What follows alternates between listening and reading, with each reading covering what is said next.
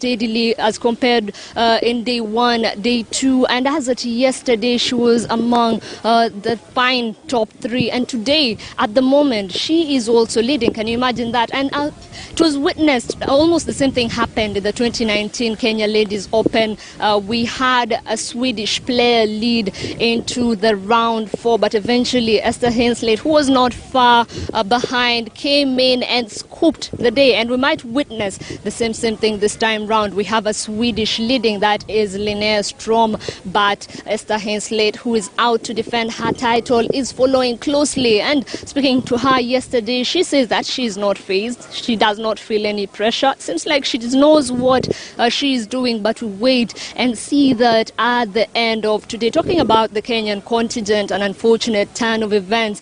They were bundled out. They were not able to make the cut. Kudos to them. They did try, but there's a lot more that needs to be done among the Kenyan players. We had only one professional golfer in the competition this time round, same to 2019. That is none other than Bavisha. And we had a couple of amateur players, and we expect a lot, especially when we're dealing with a pro golfer, but things were not the case this time round, as we saw the amateurs shine even more than our professional Bavisha. We have spoken to her in the course of the days, and she does say that, she's going to finesse her skills at the moment. She's looking forward to a number of events that will be coming in the course of the year, and she's hoping that maybe next time, Lady Luck will be on her side. And speaking about this particular tournament, it does open the golfing season for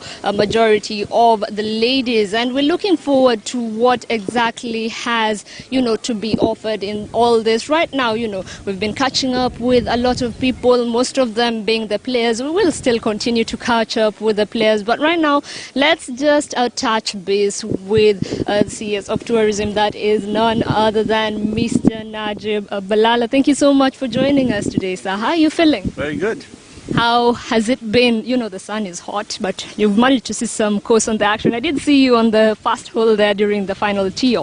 Yes, I walked with them almost 7 holes.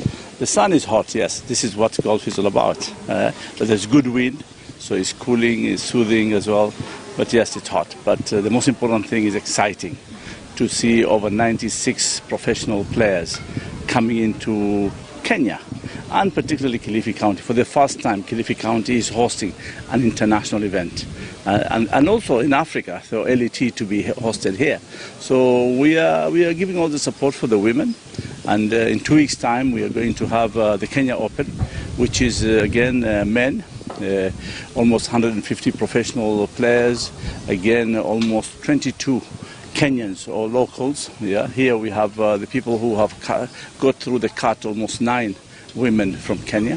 So yes, it's competitive, it's challenging, and probably we need to do more. And every time these events come in, it creates more excitement. But the more you offer prize money, the more people come. So people get motivated when there's prize money. At the moment here it's about 300,000 euros. And the LET and the Kenya Open is 250 million Kenya shillings, which is almost $2 million. So this is huge prize money, and I hope this event also at LET here can be able to motivate it to have more people, and prize money can go up. Based on what you've seen this time round, can you say the 2022 Kenya Ladies Open is more vibrant than the 2019 Kenya Ladies Open? Of course, 2019 was just beginning. It was testing the waters. I remember when we were teeing off with the ladies, we were only about 5 of us escorting the ladies. Today, hundreds of people are escorting the ladies, which is wonderful. And you can see all over the place is full. Friday night was a big event here for young people to entertain themselves. Tonight also is going to be a big event. So yes, this event also attracted locals to come in, not only entertainment, but also to be inspired to play golf. Talking about, Kenya's wildlife, it has been a major highlight in this particular competition. We've seen the interaction between the players and the wildlife. Do you think it goes a long way into boosting, tourism in Kenya? Well, this is magical to see golf vis-a-vis wildlife and the crossing, the zebras crossing and the giraffe crossing. I think this credit goes to Kenya Wildlife Service and definitely the Ministry of Tourism and Wildlife. But yes, this brought a lot of excitement. These pictures from the ladies have gone viral across the world. We have never seen wildlife crossing a golf course and while it is an international event. In fact, people are thinking this is a Photoshop, which is not true. This is real and real Africa. And this is what we want to take advantage, that we mix wildlife, we mix tourism, we mix sports together. And this is the beautiful results. Speaking about the Kenyan contingent, specifically, they were not able to make the cut. We had just one professional player and a number of amateur players, interacting with the amateur players. They all, lean towards turning professional eventually. But what is that is being done to assist them in the efforts of turning professional? They're talking about, we should have a number of tournaments to assist us get to that level. Probably it's two-pronged. One is to have many tournaments so people can continue to practice and to have the confidence to reach and have that cut, but also to participate in international events. Second is technical training. The PGA is developing an academy here for young talents. So this needs to be got to young talents since they are very young, trained. Because it's not only just about playing and experience, but it also is about technicality. So we need to bring technical vis-a-vis the number of events take place in this country, and that will boost our amateurs. What is most impressive among what the most things are impressive in this tournament is that we have the same golfers from the last event who have turned up now. And when you look at the scoreboard, there's been a steady, there's been quite the competition. We've seen a defending champion who has really come up. We've seen the Swedish lady. What can you say exactly about the competition at the top right now as you speak? Well, I've gone with them. I've seen it's highly competitive and everybody is pulling themselves to win. Yeah, from the defending champion to the Swedish lady. So yes, I see competitive event today, and we'll wait to see who will win eventually.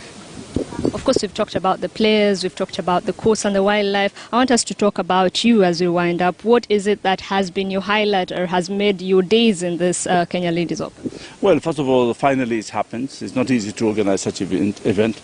Definitely Magical Kenya, Sports Fund has really helped. Without the two organizations, this event would not have taken place. Sponsorship is very key. So government has come in a big way to sponsor.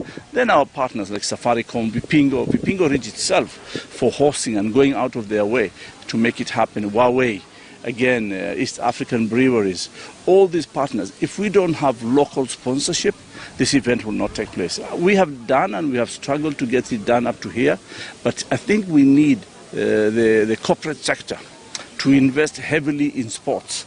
We government have just come in, but at one point we shall withdraw.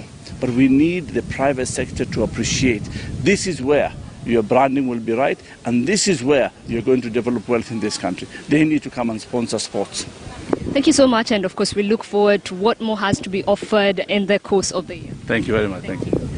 That right there is Mr. Najib Balala, the Cabinet Secretary, the Ministry of Tourism. A lot has been said by him. You've had it all. We're expecting a lot, from that particular ministry, and particularly when it comes to growing sports. As I said, we are outside, and right now I want to take you to Uganda. That is specifically talking about the Kapchorwa Athletes Training Camp, which is known to produce some of the best long-distance athletes in Uganda. What exactly is it that they do that has got Kenyans, running